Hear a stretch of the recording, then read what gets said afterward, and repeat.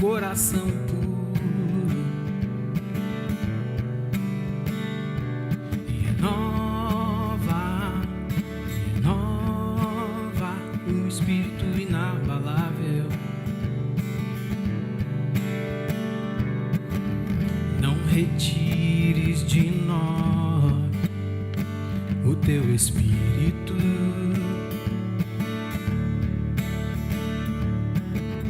Não retires de nós o teu espírito. Cria em mim, ó Deus, cria em mim, ó Deus, um coração puro. E renova um espírito inabalável. Não retires de nós o teu espírito.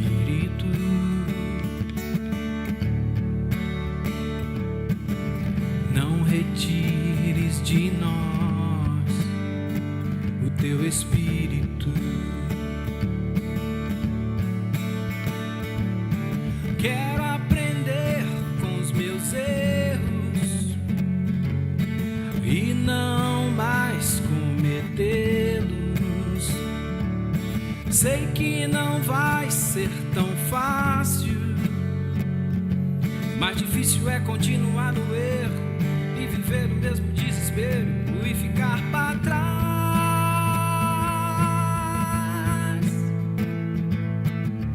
Eu quero ser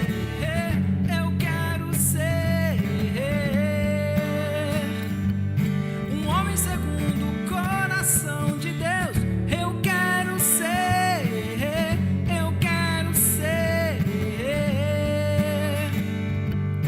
um homem segundo o coração de Deus.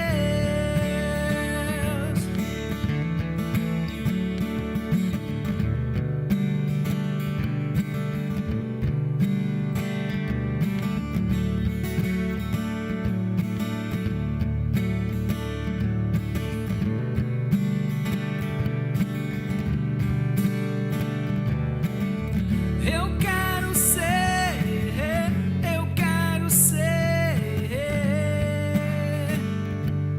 um homem segundo o coração de Deus. Eu quero ser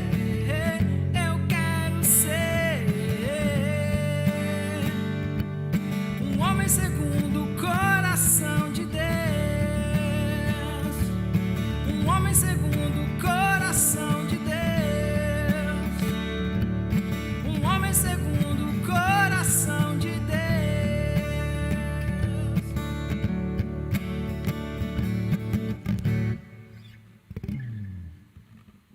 Amém, amém. Que eu e você sejamos homens e mulheres segundo o coração de Deus.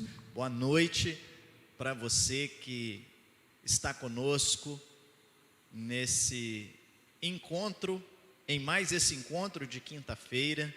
É um prazer muito grande ter você participando da nossa live, desse tempo que nós temos separado para conversar, para compartilhar perguntas e respostas e crescermos juntos. Gostaria de expressar o nosso carinho aos membros da Primeira Igreja Batista que estão nos acompanhando, aos amigos, familiares, às pessoas da nossa comunidade, ou quem sabe você de outra comunidade, de outra igreja que está conosco. Sinta-se abraçado, um beijo no seu coração. É um prazer ter você participando do nosso bate-papo dessa noite. Ainda dá tempo de você compartilhar o nosso link com familiares, com amigos. Clica nessa setinha que tem aí na página do YouTube, ou quem sabe lá pelo Facebook. Manda para alguns contatos seus do WhatsApp, convida eles para estarem participando do nosso bate-papo nessa noite, que nós acreditamos que será abençoador para todos nós que estaremos participando. Você já pode nos enviar a sua pergunta, como temos feito todas as quintas-feiras. Você fique conosco até o final. Eu quero deixar esse desafio. Não saia, não vá fazer outra coisa. Separe esses minutos para estar conosco. Gostaria que o pastor Isaac também desse boas-vindas a todos vocês. E depois que o pastor Isaac estiver dando boas-vindas, nós estamos recebendo mais um componente para participar desse momento aqui na frente. E também estará se dirigindo a vocês. Boa noite a todos. É com alegria que nós nos dirigimos a você. Muito obrigado pela sua participação conosco. Nosso desejo, a nossa oração é que Deus esteja abençoando a sua vida, abençoando a sua família. Muito obrigado pela sua participação. Nosso desejo é que Deus esteja realmente abençoando você. Receba aqui um nosso abraço fraternal, especialmente os membros da Primeira Igreja Batista de Bom Jesus. Boa noite, irmãos. É um privilégio estar aqui com os amados. Quero expressar aqui a minha gratidão de estar aqui na nossa igreja, mas, como já foi dito em outros momentos, triste por ver esses bancos tão vazios. Neste momento eu quero desafiar você, membro da Primeira Igreja Batista, você que nos visita no nosso site, no nosso Facebook, tanto no Facebook oficial da Primeira Igreja Batista, quanto no Facebook do pastor Isaac, a fazer perguntas. Transmita para nós quais são as suas dúvidas. Nós, por vezes, achamos que algumas perguntas são, de certa forma, tolas, desnecessárias, mas, às vezes, a sua pergunta desnecessária e tola, ela será muito importante para alguém. Então, faça perguntas. Enquanto os nossos pastores estiverem falando, coloque aqui a sua dúvida, qual o seu anseio, qual a pergunta que você tem para transmitir, nós estaremos passando para ele. Quero desejar uma boa noite ao pessoal de Pirapitinga, pessoal de Calheiros, que tem participado já ativamente conosco. Quero pedir também, você que não é membro da Primeira Igreja Batista, que você possa se identificar. Use o canal do YouTube, use o Facebook, diga lá de onde você é, de qual cidade, de qual igreja.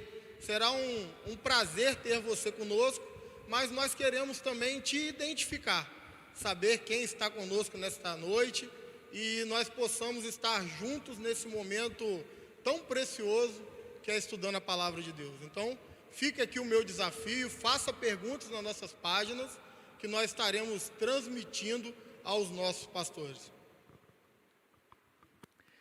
Muito bem, seja muito bem-vindo, Maicon. Prazer ter você participando. O Maicon vai estar aqui acompanhando agora diretamente o nosso canal no YouTube, a página do Facebook, dando boas-vindas a vocês, interagindo com o nosso público. E gostaria que o Maicon se sentisse muito bem-vindo entre nós. Gente, hoje nós vamos conversar sobre um tema muito significativo. Nós vamos falar sobre espiritualidade no século 21.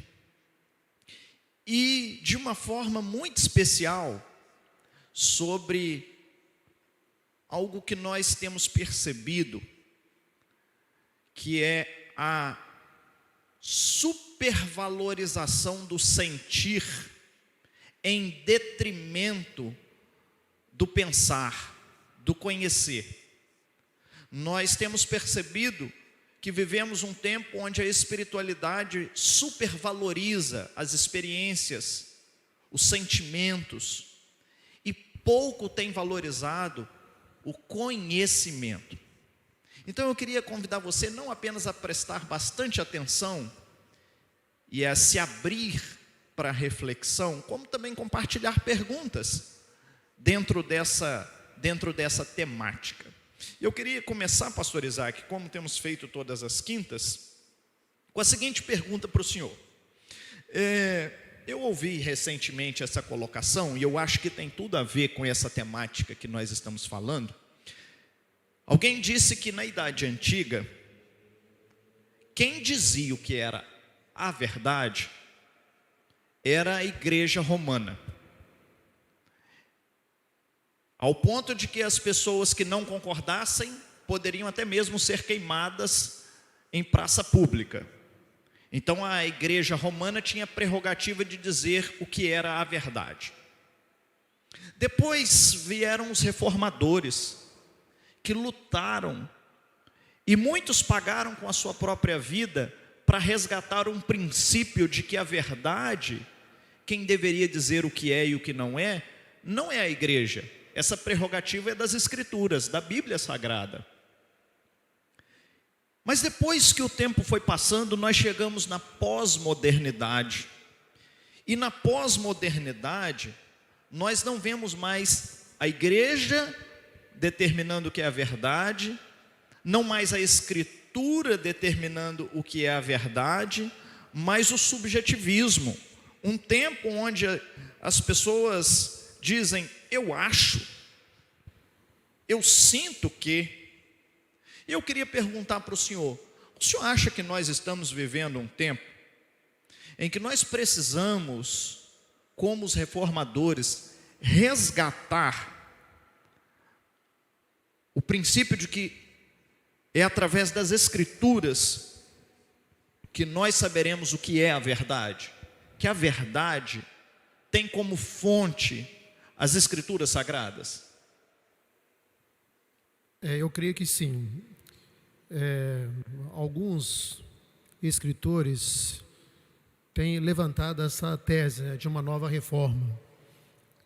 Mas para justificar essa questão, eu gostaria de acrescentar a sua fala no aspecto histórico, dividindo a história da igreja em alguns períodos anteriores ao ano 300. Porque nós temos a fase da igreja até o ano 100, com os apóstolos, registro histórico no livro de Atos. Depois do ano 100 ao ano 300 com os pais da igreja. E a partir do ano 300, nós começamos a ver uma instituição surgindo, que é o catolicismo romano. Há um distanciamento das Escrituras, e a igreja passa então a interpretar as Escrituras. O povo não tem acesso às Escrituras, e os reformadores no ano 1500, eles levantam uma bandeira de resgate das autoridades das Escrituras. Como você colocou, alguns morreram, e quando chega o nosso tempo, a gente percebe um distanciamento das Escrituras. Já não é mais as Escrituras, não é apenas as Escrituras que normatizam a nossa vida de fé, mas as experiências pessoais. As pessoas começam a ter experiências e eles acrescentam às suas experiências as Escrituras, ou seja, as experiências pessoais passam também a ser normativa. E o que é mais perigoso é que nos nossos dias surgiu os supercrentes, ou os apóstolos, enfim, profetas dos nossos dias, também normatizando condutas. Eu tenho conhecimento de igrejas que os membros não viajam sem autorização do pastor. E que já tive essa experiência de estar com uma pessoa e ela dizer o seguinte: eu viajei sem a bênção e a autorização do meu pastor, e eu preciso me dirigir a ele. Ou seja, aquele pastor, ele agora é uma fonte de norma de conduta das pessoas. Chegando a esse ponto, nós precisamos retornar às Escrituras. Talvez precisamos de uma nova reforma, onde resgatemos a autoridade das Escrituras como norma de fé e conduta para o nosso povo. Então não é as suas experiências, ao contrário, as suas experiências precisam ser interpretadas à luz das Escrituras, e não as Escrituras serem interpretadas à luz das suas experiências. Então concordo com esses autores quando eles levantam a bandeira de que nós estamos precisando de uma nova reforma, resgatando a autoridade das Escrituras Sagradas como nossa única norma de fé e prática. Muito bem. Dentro dessa ótica, inclusive, pastor Isaac, o senhor percebe, e eu acho que talvez ao longo desses 28 anos de ministério pastoral, talvez o senhor tenha percebido isso em gerações que o senhor vem pastoreando, de maneira clara. O senhor tem percebido aqui no contexto cristão evangélico uma desvalorização acentuada do estudo e do conhecimento das Escrituras? Queria que o senhor comentasse um pouquinho sobre isso. Sim, infelizmente, né, nós estamos percebendo que nas últimas décadas, com o surgimento desse movimento gospel, a gente percebe uma valorização da música em detrimento das Escrituras, lamentavelmente. É só você observar os ajuntamentos, grandes ajuntamentos para o momento de adoração, de louvor. Mas quando se trata de congressos de reflexões teológicas, você não tem esse mesmo público. Você não vê na própria igreja local uma disposição para as reuniões de estudo bíblico. Eu percebo que aqui na própria comunidade, né, nossa comunidade, eu tenho uma filosofia de ministério, algo assim que defini como minha filosofia de ministério, exposição das Escrituras Sagradas. E muitas vezes fui questionado, por que está pregando uma série de mensagens de um livro da Bíblia? Aí vem aquela tese, se a Bíblia, ela é a palavra de Deus e toda palavra é divinamente inspirada, esse questionamento não poderia que ser levantado. Por que se levanta? Porque as pessoas não querem estudar a Bíblia. E a gente percebe também como temos pessoas num rol de membros da igreja que não frequenta as reuniões de estudo bíblico, a escola bíblica, as reuniões de células. Se nós temos uma igreja com 700 membros, você vai encontrar aí 200 a 300 membros envolvidos nas classes de estudo bíblicos. 300 a 400, mais de 60% do povo não tem envolvimento com o estudo das Escrituras. São pessoas que participam das reuniões noturnas de domingo. E isso é uma prova de que não valoriza a reflexão, o estudo bíblico. Enquanto o senhor estava respondendo, eu estava me lembrando, eu li algum tempo atrás um parágrafo escrito pelo reverendo Hernandes Dias Lopes, em que ele afirma que, embora nós vivamos o tempo da facilidade da comunicação, onde nós tenhamos à disposição, especialmente na internet, diversas versões da Bíblia Sagrada, é um tempo onde, na história, pouco se estuda, pouco se valoriza, pouco se dedica, conforme o Senhor colocou aí para nós, né? E deixa eu deixar um desafio para você que está nos acompanhando. Assuma um comprometimento de estudar a palavra de Deus. Antes da pandemia, as pessoas diziam assim: não estudo porque eu não tenho tempo.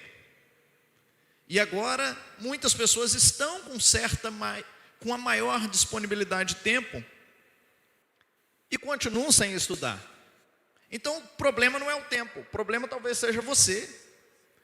Então, nós gostaríamos de convidar você, porque, conforme o pastor disse, não sei se você observou, nós acreditamos que toda a Bíblia é a palavra de Deus. E essa palavra é inspirada, e essa palavra nos abençoa, ela é alimento para nós. Mas, pastor, dentro dessa temática que nós estamos conversando, sobre uma valorização do sentir e uma desvalorização do conhecer, eu queria fazer uma pergunta para o senhor. O cristão pode ter experiências pessoais com Deus? Essas experiências, aliás, vamos lá. O cristão, dentro dessa pergunta eu vou fazer para o senhor 3 perguntas, mas vamos por parte, né? Primeiramente, o cristão pode ter experiências pessoais com Deus? Não, ele não pode, né? Ele deve. Porque a Bíblia diz que a própria conversão já é uma experiência pessoal. E uma vez passando por essa experiência de conversão, o apóstolo Paulo, escrevendo aos Romanos, ele diz que aqueles que são filhos de Deus são guiados pelo Espírito de Deus. Então a experiência com Deus é algo natural na vida dos filhos de Deus. Muito bem. Aí vem a segunda pergunta. Essas experiências, já que nós devemos ter essas experiências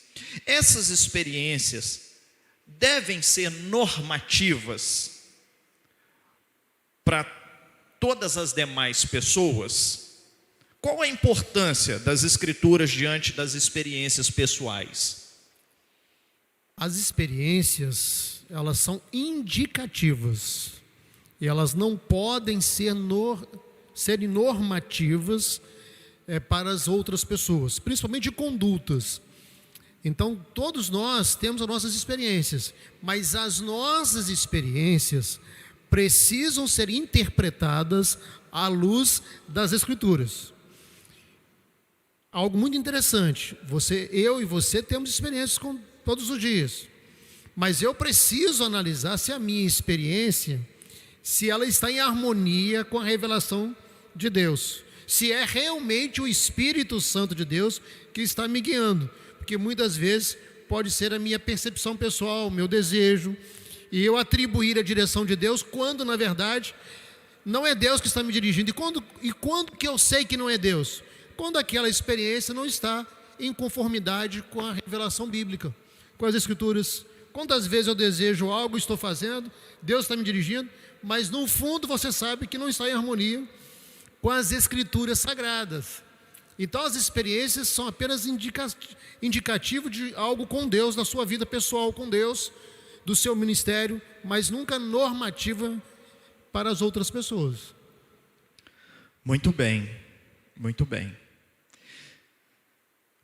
O John Stott, que é um teólogo anglicano, que foi um teólogo anglicano, e os seus escritos permanecem entre nós, e ele tem diversos livros traduzidos para o português. Ele escreveu um livro, aliás, eu gostaria de recomendar a você que nos assiste a leitura desse livro. O livro chama Crer é Também Pensar. É um livreto. E eu gostaria, em cima desse livro, que eu sei que o senhor já leu, ele escreveu um capítulo muito interessante, pastor. Ele diz assim, nesse capítulo, o título é Fé, uma crença ilógica no que não se pode provar. Eu vou repetir, fé, uma crença ilógica no que não se pode provar. O que o senhor poderia comentar sobre essa ideia que o John Stott desenvolve nesse capítulo com essa pergunta irônica, Na verdade ele vai refutar. A resposta não. A resposta é não, porque a fé não é uma resposta ilógica. Na verdade, a própria palavra de Deus, o escritor aos Hebreus, no capítulo 11, ele define a fé. E diz que a fé é o firme fundamento das coisas que se esperam e a prova de coisas que não se veem. Primeiro verso. No verso 3, o escritor aos Hebreus, ele diz que as coisas que se veem, as coisas que podem ser percebidas, sentidas, vieram à existência por aquilo que não se vê. Olha bem, então a fé é algo lógico, não é algo abstrato, no sentido de que eu creio na existência de Deus, mas a criação de Deus, aquilo que eu posso perceber, manifesta a existência de Deus. Então a fé não é um sentimento. E essa é a tese de John Stott. A fé é a firme convicção de que Deus cumpre a sua palavra, de que Deus cumpre as suas promessas. Então eu tenho fé. Então quem tem fé pensa, ele vai refletir. A criação à minha volta já prova a existência do Deus Criador. E esse Deus Criador é um Deus que é fiel no cumprimento da sua palavra. Às vezes a gente tem uma ideia de que Deus é fiel a mim. Não, Deus é fiel à sua palavra. Então, fé é a firme convicção de que Deus cumpre a sua palavra. Essa consideração, ela é muito interessante, né? Porque nós vivemos um tempo de muito achismo.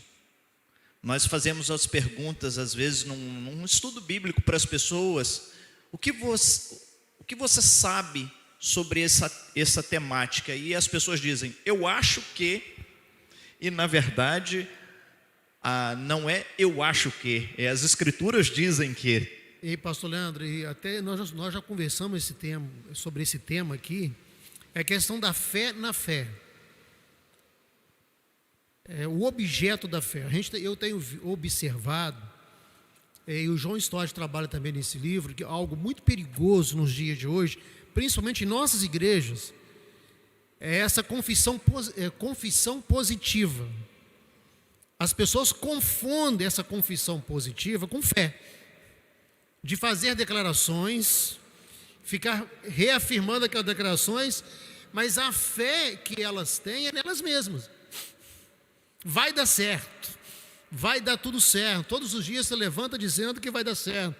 Isso é positivismo, isso não é fé, porque a fé é a convicção da existência de um Deus Criador, que trouxe tudo à existência pelo poder da sua palavra, e esse Deus é fiel no cumprimento da sua palavra. Eu quero aproveitar, pastor, embora não esteja no nosso roteiro, mas eu acho que seria muito significativo o senhor comentar sobre a importância, já que nós estamos trabalhando essa ideia de que a fé nos convida a pensar, de Jesus como chave hermenêutica na interpretação bíblica, porque a Bíblia é cristocêntrica, né? O senhor pode dar uma pinceladinha rápida? Só para as pessoas poderem, já que a gente está falando sobre fundamentação nas Escrituras. Você fala da interpretação dos princípios. Isso. Porque nós temos que defendemos o livre acesso às Escrituras. No entanto, nós entendemos que as Escrituras precisam ser interpretadas à luz da gramática em que ela foi escrita, do estilo literário, respeitando que nós temos 66 livros em toda a Bíblia, observando o contexto cultural, e toda a Bíblia, todo o ensino, ela precisa ser interpretado à luz do ensino de Jesus. E quando nós estamos falando aqui, até no pensar, né? Eu acho muito interessante aquele texto de Mateus, quando Jesus fala que nós podemos vencer a ansiedade, ele faz um convite para que nós pensemos, observando o comportamento das aves, observando os lírios do campo, e pensando no valor que nós temos para Deus. Fazendo uma reflexão, pensando, eu vou perceber que eu posso confiar em Deus. Então a fé, na verdade, ela leva você, e eu acho essa afirmação muito interessante, e é de John Stott, que ele diz que a fé é racional. Exato. Que você tem que refletir e pensar. Isso é muito importante. E já dentro dessa ótica, pastor, eu me converti no dia 15 de fevereiro de 2004. E logo que eu me converti, eu fui frequentar a classe de preparação para o batismo. E quando nós fomos estudar sobre o que significa ser membro de uma igreja batista, eu aprendi e sei que isso ao longo desses anos que eu estou aqui na primeira igreja batista é repetido frequentemente. Que ser membro de uma igreja batista, dentre outras coisas, significa ter a Bíblia como nossa única regra de fé e de conduta. O senhor acha que nós estamos vivendo um tempo em que esse princípio batista precisa ser resgatado entre nós? Eu creio que sim, até pelo momento que nós vivemos na nossa história. Há uma valorização muito grande do sentir em detrimento ao conhecer. Nós vivemos uma sociedade marcada, influenciada por uma linha filosófica ateísta. Mesmo que você não perceba, você é influenciado por essa filosofia. E o ateísmo nega a existência de Deus e dos princípios absolutos. Uma vez que Deus não existe, então não existe princípios absolutos. E se não existe princípios absolutos, a sociedade pós-moderna, ela oferece muitas opções de verdade. E você começa a viver esse conflito. O que é verdade? Aí vem a questão do sentimento.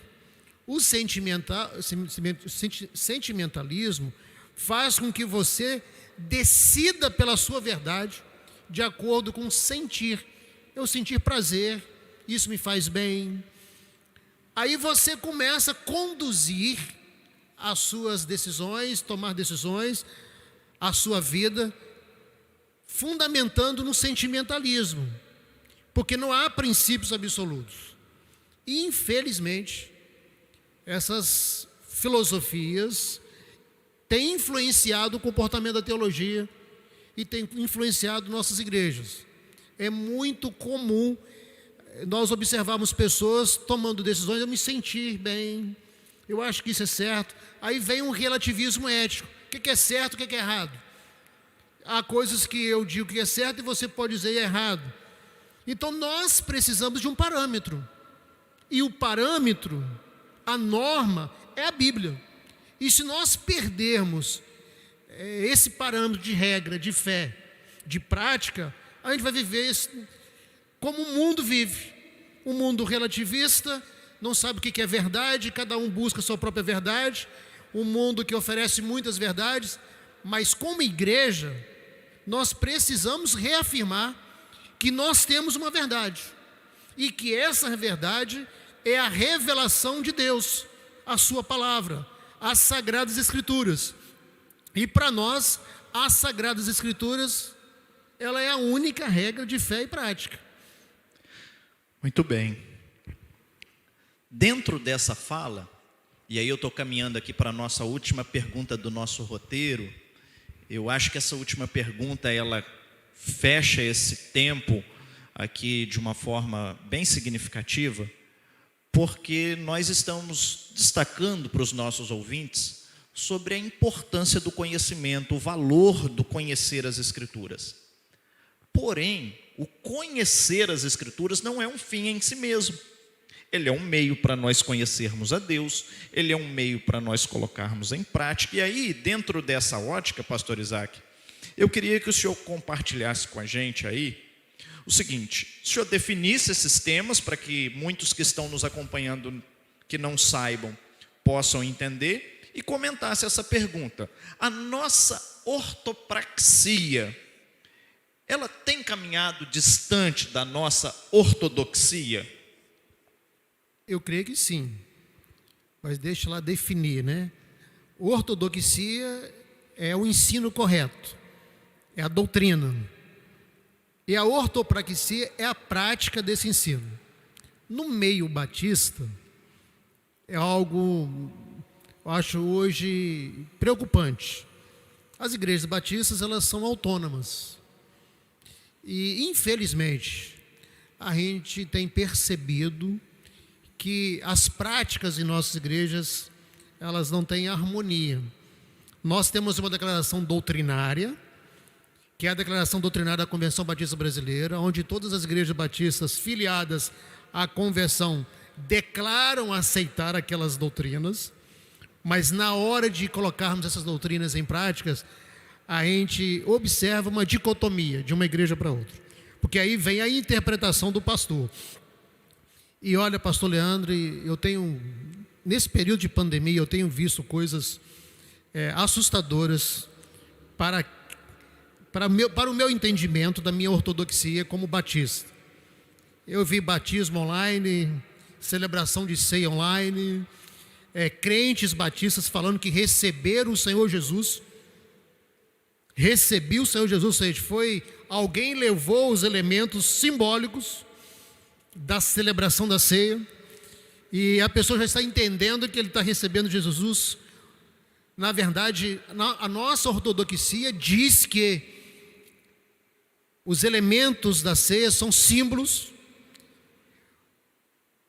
Quem afirma que os elementos se transformam no corpo de Jesus não são os batistas, e isso é algo perigoso. Mas a gente começa a perceber que a igreja tal celebrou a ceia. Aí o membro que recebe o elemento em casa, ele já está entendendo que está recebendo Jesus Cristo, que houve a transubstanciação, que seja o quê? Que os elementos se transformaram no corpo e no sangue de Jesus. A nossa ortodoxia não. Para nós o pão é pão e o vinho é vinho. Nós não temos necessidade de realizarmos ceia online. O crente batista não precisa receber o pão e o vinho. O pão e o vinho são apenas símbolos. Então você começa a perceber que há uma dicotomia daquilo que nós cremos como ortodoxia e a prática. Mas no universo de igrejas autônomas, aí você começa a vivenciar isso. Mas eu penso, tem um artigo muito interessante, tem um livro, Ortodoxia Batista, de autoria do pastor Júlio de Oliveira Santos, e algum tempo atrás eu li um artigo muito interessante do pastor Irlande Pereira, falando de práticas batistas. E o pastor Isaltino Gomes Coelho também tinha algo nesse sentido. Eu acho que nós precisamos ler mais a nossa declaração de fé e precisamos refletir sobre a nossa prática dessa declaração de fé em nossas igrejas. E essa colocação é tão importante, pastor Isaac, porque o que nós estamos querendo propor com esse bate-papo é exatamente que as pessoas que nos acompanham, que os cristãos que têm vivido no ano de 2020, eles reflitam, porque parece-me que as pessoas pararam de refletir, simplesmente se aquilo me produz um bem-estar, se aquilo que eu estou fazendo em nome da religião me faz bem, eu não preciso refletir se aquilo tem fundamentação nas Escrituras ou não tem fundamentação nas Escrituras. Nós percebemos isso no contexto musical também. Esses dias eu estava ouvindo uma canção e eu tenho uma resistência com essa canção e eu não me contive, eu tive que falar. A canção diz assim, que a tempestade é você. Ora, a letra, a canção, a melodia pode ser bonita, mas Deus não é a tempestade. Nós corremos o risco de cair num panteísmo e vamos cantando, vamos introduzindo coisas na nossa casa sem refletirmos. E o objetivo desse bate-papo é exatamente convidar você, conheça as Escrituras e reflita sobre sua prática, sua vida, seu dia a dia, o que você faz e o que você ouve à luz das Escrituras, né? Enfim, mas eu quero passar a palavra para o Michael nesse momento, saber o que os nossos ouvintes estão compartilhando aí. Tem aniversariante essa semana aí, Michael, que você vai compartilhar também com irmãos e irmãs que completaram o aniversário ao longo dessa semana. É contigo, mano. Mais uma vez, boa noite a todos, aqueles que chegaram após o início da nossa live. Nós pedimos no início para que você se identificasse, e alguns irmãos aqui já o fizeram. Então quero mandar um abraço aí para Solange Milani, ela é lá da Igreja Batista de Apiacá. Estamos também com a ilustre presença da nossa irmã Carmen, esposa do Edinho, pai da Érica e do Lucas, da 4ª Igreja Batista, pastoreada pelo nosso irmão pastor Ronaldo Mota, que também nos abrilhanta com a sua presença na nossa live. A irmã Simone Lepre também, lá da Igreja Batista Jardim Valéria, seja muito bem-vinda também. E como o pastor Leandro disse, nós tivemos a nossa agenda de aniversário semanal. Então no dia 24, o nosso irmão Ruiter e a nossa irmã Cauana Cauana, pode ficar tranquilo que nós estamos tratando bem do Douglas aqui, tá? Ele está aqui nos ajudando. No dia 25, a nossa irmã Doraci, nosso irmão Sávio Januário, mais conhecido como Savinho, o nosso irmão Paulo Vitor também, filho do nosso irmão Lauí e Lídia Andréia. Teve também aniversário conjugal, Ramon e Larissa, parabéns por mais um ano conjugal de vocês. Tivemos antes de ontem, a nossa irmã Eliette Ferreira Pimentel, conhece, pastor Isaac? Conhece bem, né? Irmã, não só em Cristo, mas também sanguíneo do nosso pastor Isaac. Tivemos também a irmã Sabrina Farias, também no dia 26.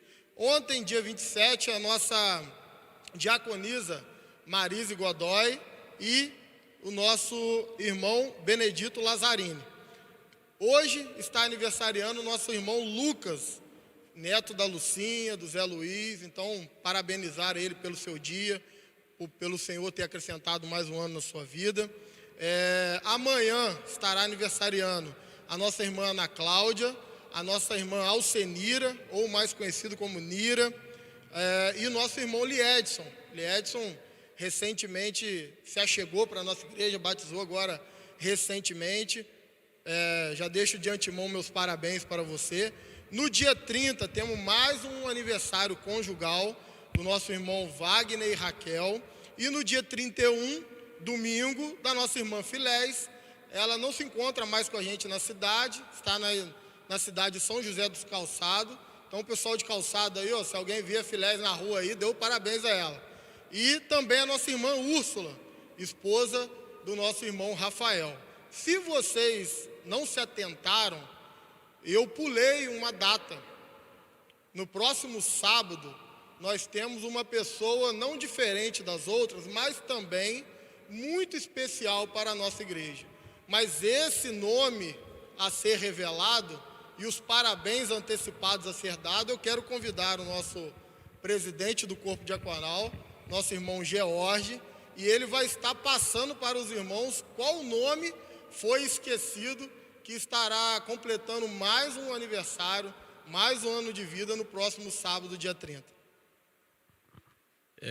Com imenso prazer, boa noite, que venho comunicar, que no próximo sábado é o nosso pastor Leandro, que sempre que vem aqui, para algum aniversário, alguma coisa especial, mas para falar com o senhor, que quando eu vejo o Salmo 23:1, o Senhor é meu pastor e nada me faltará.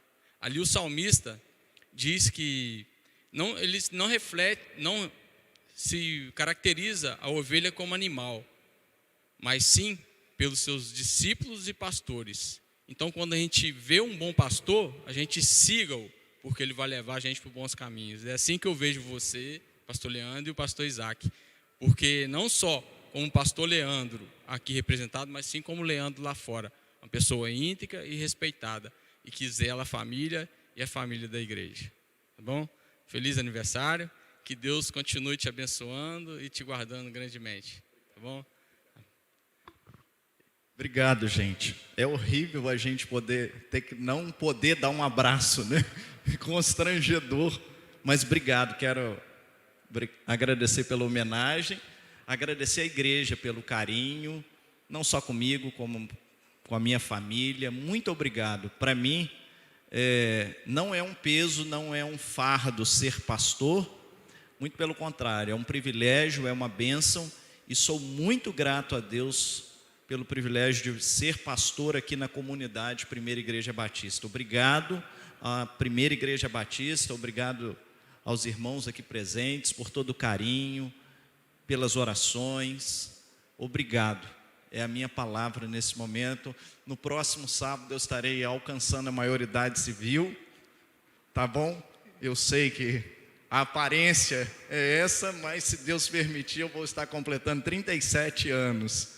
E eu queria agradecer de coração a Deus pela preservação da minha vida e a toda a Primeira Igreja Batista. Bom, acho que agora a gente segue o roteiro. Após essa surpresa que nos agrada muito, primeiro queremos lembrar, ao pastor Leandro, segundo a nossa denominação batista, jovem até 35 anos, tá? Então você já está estourado a idade. Então o pastor Leandro não é considerado jovem mais, tá, irmãos? Mas, brincadeiras à parte, quero externar aqui meus parabéns também de antemão. Não podemos abraçar devido às normas, mas fica aqui o nosso caloroso abraço. E, para não quebrar a tradição, que o nosso irmão Oséias, nosso ministro de música, quebrou, ele não abriu o presente perante a todos. Então quero convidar o pastor Leandro que esteja abrindo o presente, como se a igreja estivesse cheia, aplaudindo a ele. Então ele vai demonstrar.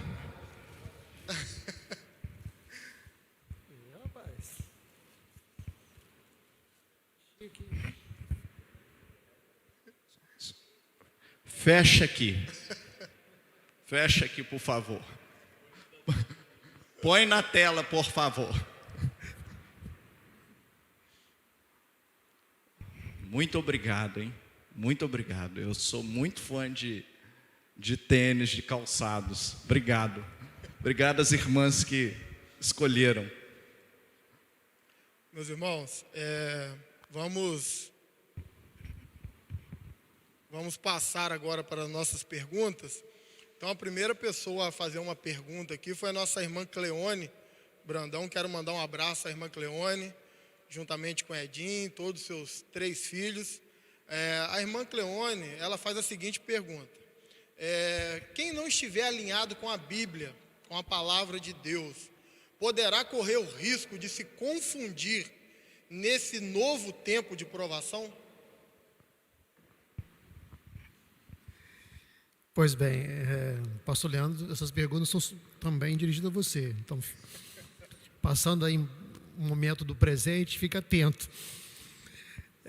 Eu creio que sim, não só nesse tempo, porque se a Bíblia é a nossa única norma de fé e prática, se eu não observar na minha vida a palavra, eu vou me perder. Eu tenho uma natureza pecaminosa e a Bíblia, ela me corrige, ela me orienta, ela é luz para os meus pés, ela é lâmpada para o meu caminho. Então eu dirijo a minha vida, seja como pastor, como pai, como esposo, através da palavra de Deus.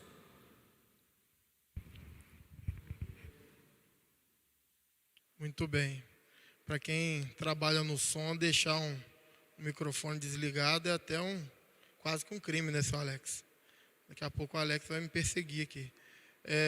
Agora eu vou direcionar o pastor Leandro a próxima pergunta, que é do nosso irmão Rafael Santana. Se não estou me confundindo, é o nosso irmão Rafael, esposo da Úrsula, né? Então estou correto. Um abraço ao Rafael, a Úrsula, a Lorena. Então, um abraço a todos. O Rafael, ele faz a pergunta: como buscar o equilíbrio entre o sentir e o conhecer? Muito bem. Queria agradecer, Rafael, pela sua pergunta. Inclusive, eu queria recomendar você, se você quiser, você tem o meu contato, depois eu posso te direcionar um livreto do John Stott, que ele escreveu, são 32 páginas, chamado Cristianismo Equilibrado. E ele trabalha exatamente a sua pergunta num dos capítulos desse livreto. E, na verdade, eu penso o seguinte, conforme nós falamos aqui na última consideração, que o conhecimento, ele não é um fim em si mesmo. Ele é um meio para nós conhecermos a Deus, um meio para nós glorificarmos a Deus, e um meio para nós pautarmos a nossa vida de acordo com a vontade de Deus. Por essa razão, eu entendo que esse equilíbrio, ele só é alcançado a partir do conhecimento das Escrituras. Porque o conhecimento das Escrituras inflama o nosso coração. E eu vou te dar um exemplo, Rafael. Os discípulos no caminho de Emaús, era domingo da ressurreição, Jesus havia ressuscitado, eles estavam decepcionados e eles estão voltando para para aquela aldeia chamada Emaús, tristes, e Jesus se aproxima deles, e o texto bíblico diz que Jesus expõe as escrituras sagradas àqueles discípulos, e depois ele se revela a eles, e depois, quando eles percebem que é Jesus, Jesus desaparece. Mas eles fazem uma consideração interessante, eles falam assim: não nos ardia o coração enquanto Jesus se revelava a nós e expunha as Escrituras? Portanto, eu penso que o conhecimento das Escrituras, eles inflamam o nosso coração, eles fazem arder. E aí eu quero usar uma frase do reverendo Hernandes Dias Lopes, que ele diz que é importante nesse equilíbrio que haja luz na mente e fogo no coração. Luz na mente, conhecimento racional das Escrituras, fogo no coração. Essa palavra, esse alimento é como uma lenha que faz incendiar os nossos corações. Portanto, é a palavra de Deus que traz esse equilíbrio que é fundamental para nós.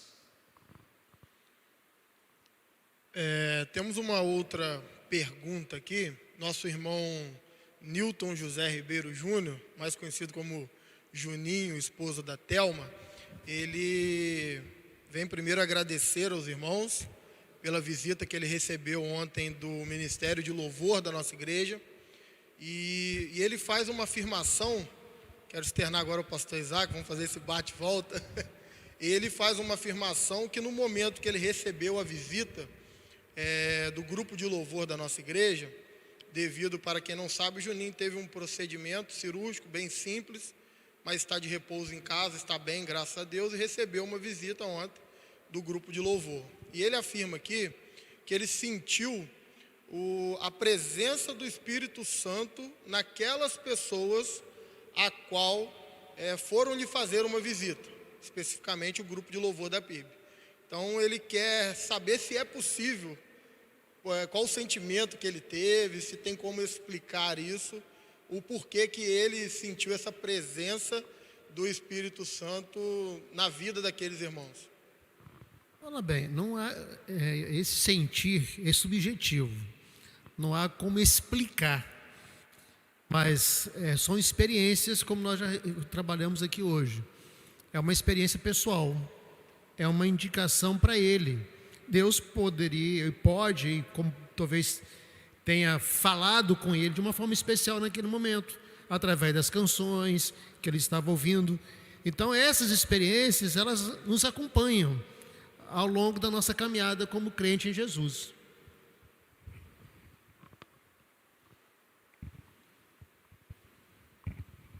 Muito bem. A nossa irmã Sandra Carraro participa conosco aqui também.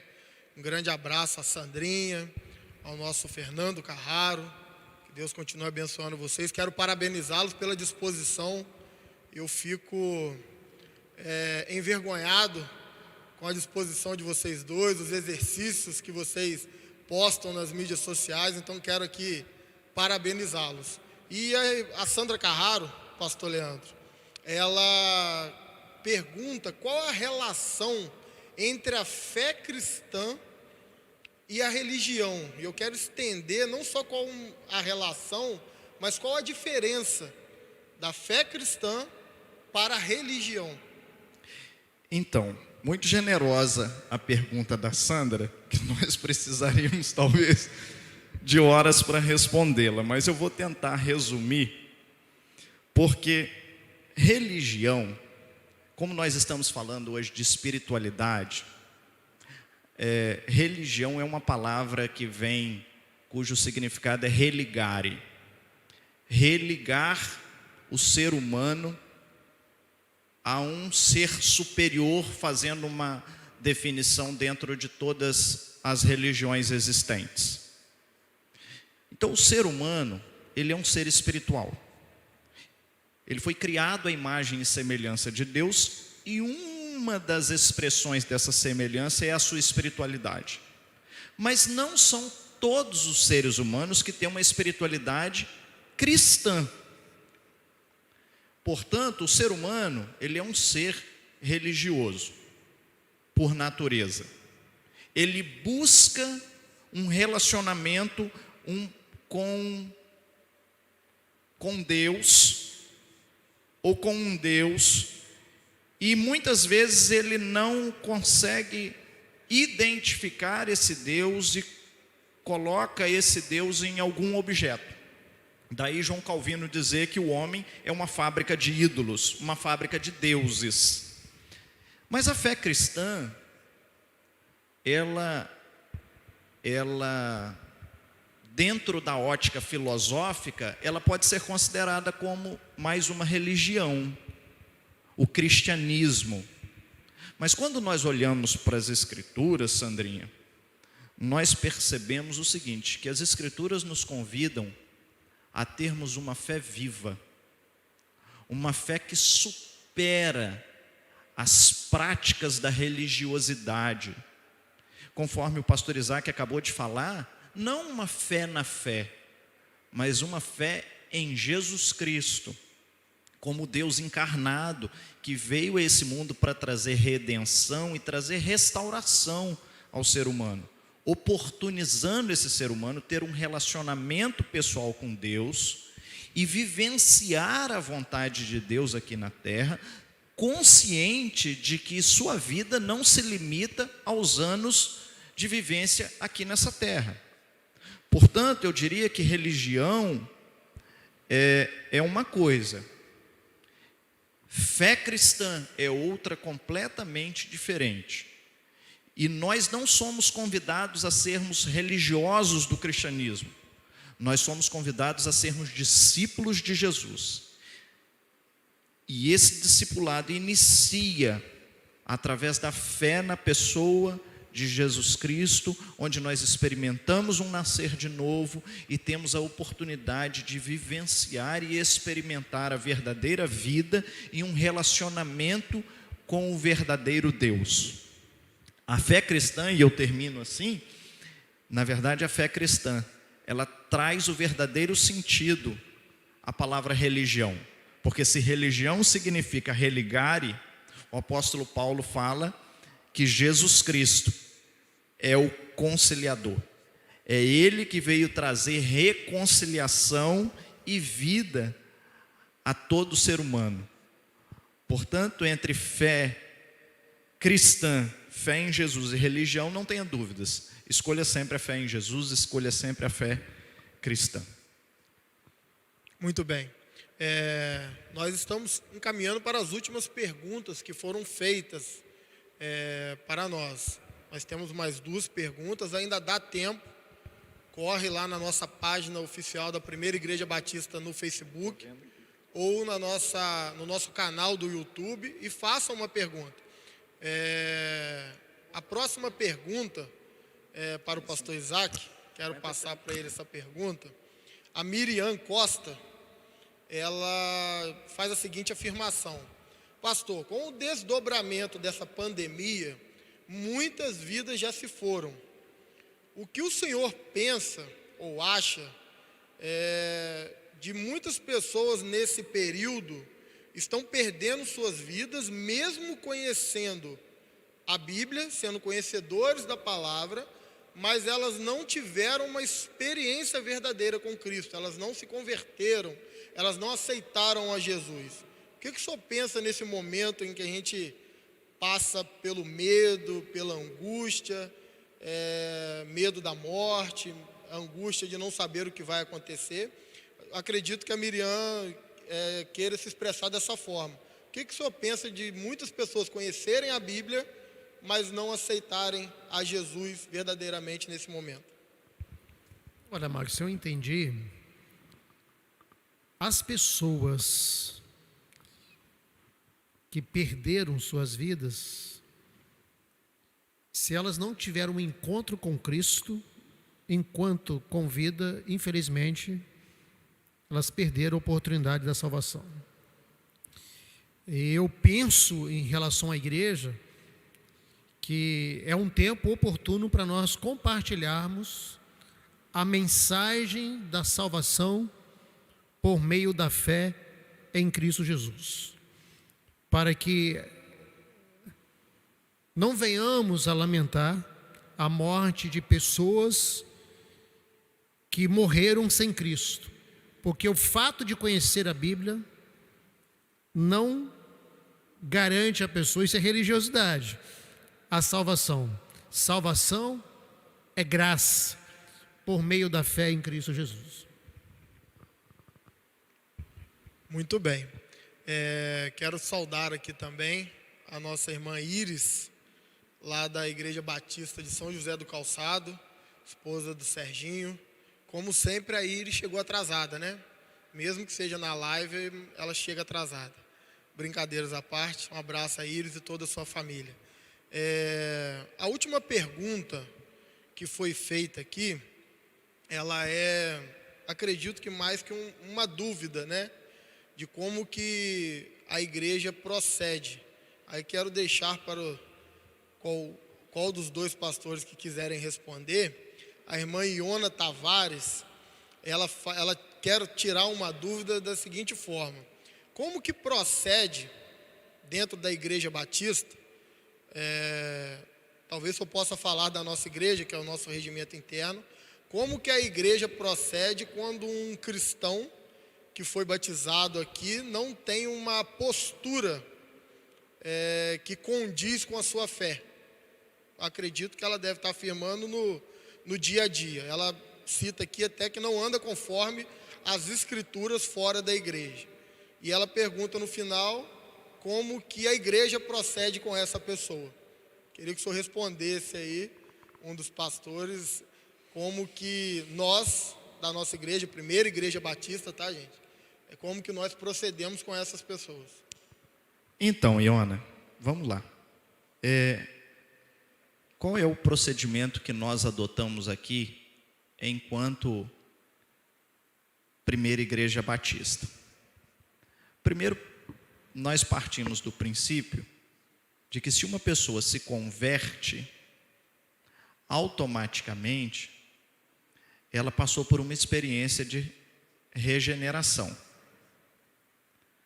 Se ela nasceu de novo, se ela se tornou uma nova criatura, consequentemente ela vive em novidade de vida. O que significa dizer que ela é uma nova criatura, mas não deixou de ter uma natureza pecaminosa. Então, ela continuará pecando, embora ela não tenha mais prazer no pecado. E aí nós temos dois aspectos. Nós acreditamos que as pessoas que tiveram uma experiência com Jesus, que elas andam com Jesus, que elas andam de acordo com a vontade de Jesus. E se em algum momento elas se afastarem, elas retornarão. Agora nós temos um outro lado, que pode ser que essa pessoa não tenha se convertido, que ela seja apenas uma convencida. E se ela não experimentou um novo nascimento, ela pode se distanciar do centro da vontade de Deus, dos valores das Escrituras e nunca mais retornar. Mas como igreja, quando um membro da igreja se distancia, o que acontece? Nós vamos até essa pessoa, conversamos com ela, instruímos, mostramos para ela que não é o melhor caminho, que não é a melhor opção, orientamos essa pessoa, porém ela é livre.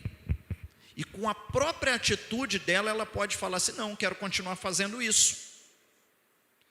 E se ela escolhe continuar vivendo numa vida distante dos valores do reino de Deus, da palavra de Deus, não somos nós quem a excluímos ou quem a desligamos. Foi ela mesma quem decidiu seguir o próprio caminho e ela se desligou da igreja enquanto comunidade local. O processo de desligamento ou de exclusão é uma mera formalidade, cumprindo a opção dessa pessoa e não a nossa. Então aqui o nosso procedimento é esse: nós só desligamos em último caso quando a própria pessoa manifesta o desejo de ser desligada, se não através de palavras, mas através de atitudes, porque o nosso desejo é sempre a restauração e essas são as nossas ações. Eu espero ter respondido a sua pergunta. Muito bem. A nossa irmã Lete, ela nos trouxe uma pergunta aqui. Eu queria, Lete, que você fosse mais específica na sua pergunta. Ela fez a seguinte pergunta: a respeito da rotina espiritual, pode explicar? Eu vou passar para a próxima pergunta que nos veio aqui e vou pedir que a irmã Lete seja mais específica na qual foi a pergunta dela, qual é a sua dúvida ou qual o conselho que os pastores têm para dar. No nosso Facebook, a nossa irmã, a Maura Azevedo, ela envia uma pergunta aos pastores da seguinte forma: estamos vivendo um momento desafiador no mundo. A sombra veio à tona, o escondido está revelado. E isso não se refere apenas à situação política, econômica e social, mas a cada um de nós. A forma como reagimos a esse momento revela também as nossas sombras? Bom, revela não sombras, quem nós somos, né? Eu não vou definir essa questão. Eu acho que é nos momentos adversos que você realmente demonstra as suas crenças, as suas convicções, a sua fé. Então, como nós enfrentamos esse momento, que nós não estamos isentos das adversidades da vida. O que está acontecendo hoje no mundo já aconteceu em outros momentos da história. Não é algo novo para a nossa geração. Mas como que nós enfrentamos esse momento? Como que enfrentamos a adversidade?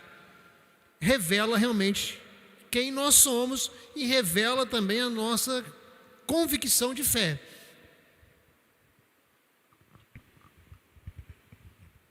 Muito bem. Enquanto aguarda aí um pouco, ver se a Lete consegue nos exemplificar qual foi a sua pergunta, nós temos outra pergunta aqui, e essa pergunta foi feita no Facebook do pastor Isaac. A Cristiane Nunes, seja bem-vinda, Cristiane, sinta-se à vontade, retorne mais vezes.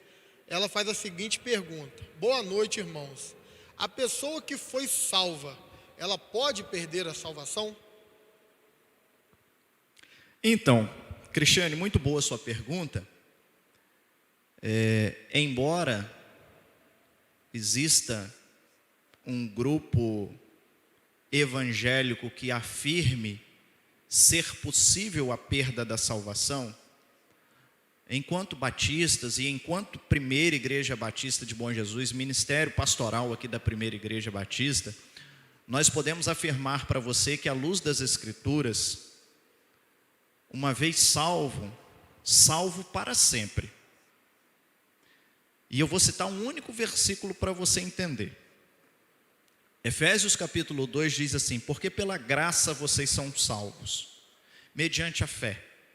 E isto não vem de vós, é dom de Deus, não vem das obras, para que ninguém se glorie.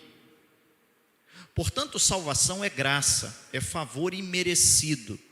Deus nos dá não por causa do que nós fazemos, Deus nos dá sem nós merecermos, em razão da obra de Jesus na cruz.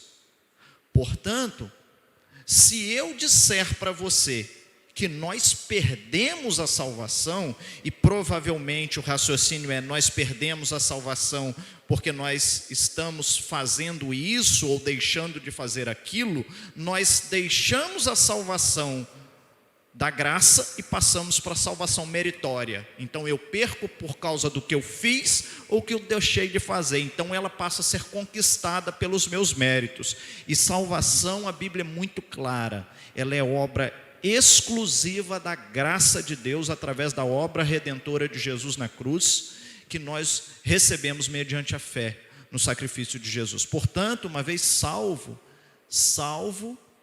para sempre. Nós não perdemos a salvação. Muito bem. Nós estamos caminhando para a nossa última pergunta. Nossa irmã Lete foi mais precisa agora na sua pergunta. Aliás, saudade, Lete, Paulino, todos da família. Um forte abraço em todos vocês. A irmã Lete faz a seguinte pergunta, passar o pastor Isaac agora. Como não deixar, pastor Isaac, na nossa vida espiritual, mesmo lendo, meditando e orando, que isso não se caia numa rotina? Essa é a pergunta da Lete. Ela colocou que muitas das vezes parece que neste tempo tem sido assim. Acredito que ela tenha enumerado pelo fato de nós estarmos com tempo, né? E a leitura da Bíblia, a meditação, a oração tem sido mais eficaz, e talvez ela queira saber como não cair numa rotina, ou se eu tenho algum conselho de algo diferente para fazer. Maico, como nós falamos aqui nessa noite, eu acho que essas experiências pessoais, elas não podem, a minha experiência não pode ser normativa para você. Cada um de nós tem a sua experiência devocional. Eu penso que nós devemos ter hábitos, ter rotina de leitura da Bíblia, oração, é algo salutar. Se a pessoa consegue ter uma disciplina e faz isso diariamente, mantendo uma vida devocional, é uma boa rotina. E eu recomendaria. E o que eu não recomendo é dizer assim: qual é a sua rotina? Passe para mim. Aí eu passo a normatizar algo para você que é pessoal. Você deve buscar a sua experiência de leitura da Bíblia, de oração, de adoração, de serviço, de envolvimento. Cada um de nós, por isso que o cristianismo é crer, é também pensar. Pense, tenha reflexão, defina o que é melhor para você. Há pessoas que gostam de dormir tarde. Então eu recebo várias mensagens depois das 9 da noite, sabe que eu não vou visualizá-las, já estou dormindo. Tem pessoas que querem orar meia-noite, 11 horas. Nesse horário eu já estou dormindo, mas acordo 5 horas da manhã. Tem um hábito diferente. Já tem outros que acordam 10, 11 horas da manhã. Então nós não podemos normatizar o comportamento. Muito bem. Nós não temos mais perguntas. Eu acredito que, assim como os pastores, eu estou muito satisfeito com a participação dos irmãos hoje. A proposta da nossa live de quinta-feira é essa, é que você possa trazer perguntas, dúvidas, conselhos acerca do tema proposto pelos nossos pastores. Então, mais uma vez agradecer a você que tem participado conosco. Nesse momento nós estaremos passando para um momento de mensagem musical, onde o nosso irmão Oséias vai estar nos conduzindo. Quero passar a palavra ao pastor Leandro. Então, nós vamos inverter aqui nossa conclusão. Eu quero pedir o pastor Isaac nesse momento para orar. Nós vamos ter um tempo de intercessão nesse momento. Ontem, uma família que é querida da nossa igreja está passando por um momento de luto. A família da irmã Lucinha Rebelo, o Samuel veio a falecer, e nós nos unimos a eles nesse momento de dor, de luto, e gostaria que o pastor Isaac, nesse momento de intercessão, lembrasse de estar intercedendo pela família, e também por outras famílias enlutadas, né?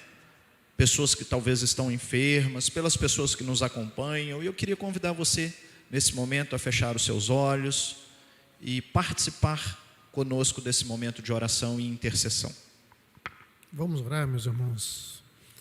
Senhor nosso Deus, nosso Pai Celestial, agradecemos pelo privilégio, pela oportunidade de estarmos na Tua presença. Reconhecemos, ó Deus, a Tua soberania sobre nossas vidas. Reconhecemos também a Tua bondade, a Tua graça, a Tua misericórdia.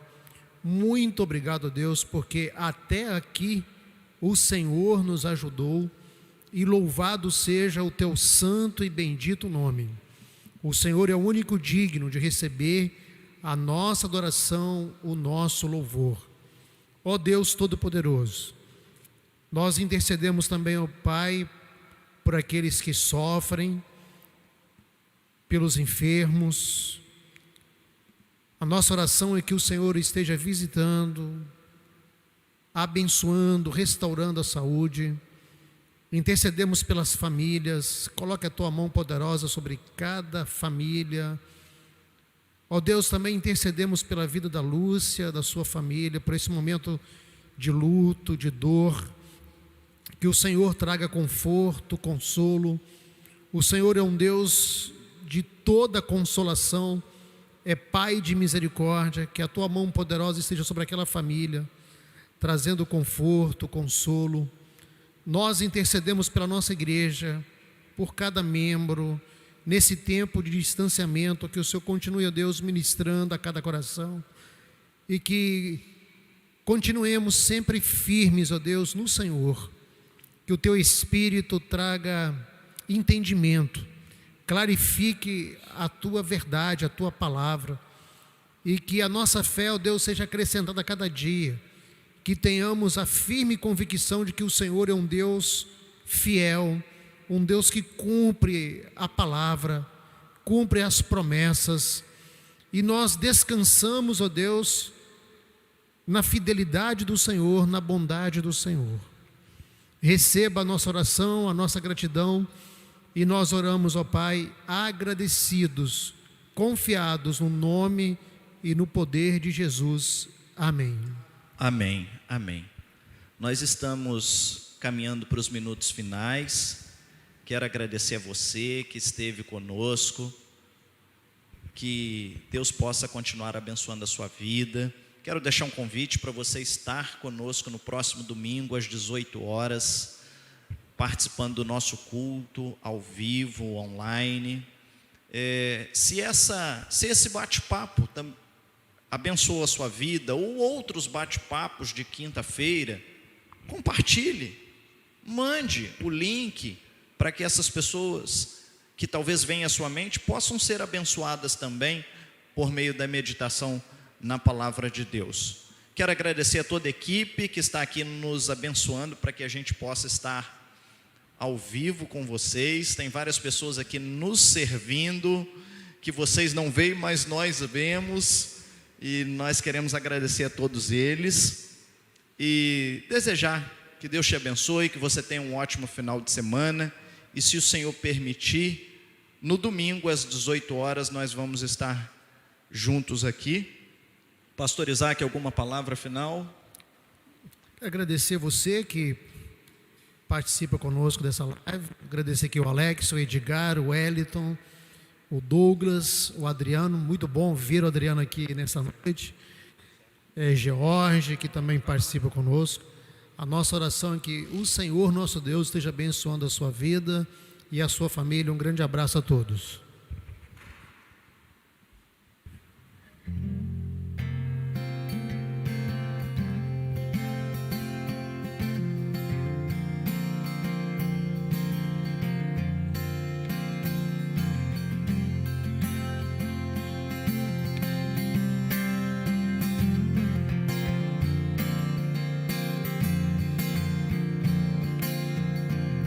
Mesmo sendo assim, pobre pecador, Deus me ama.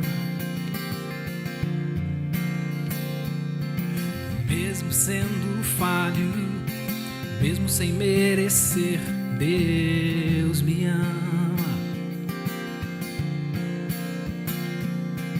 Se estou forte, se eu estou de pé, Deus me ama.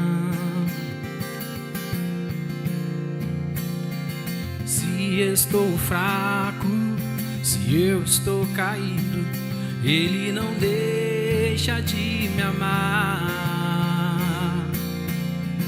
Sem o seu amor, sem o seu perdão, o que seria de mim? Mas Deus me amou tanto que enviou seu Filho para morrer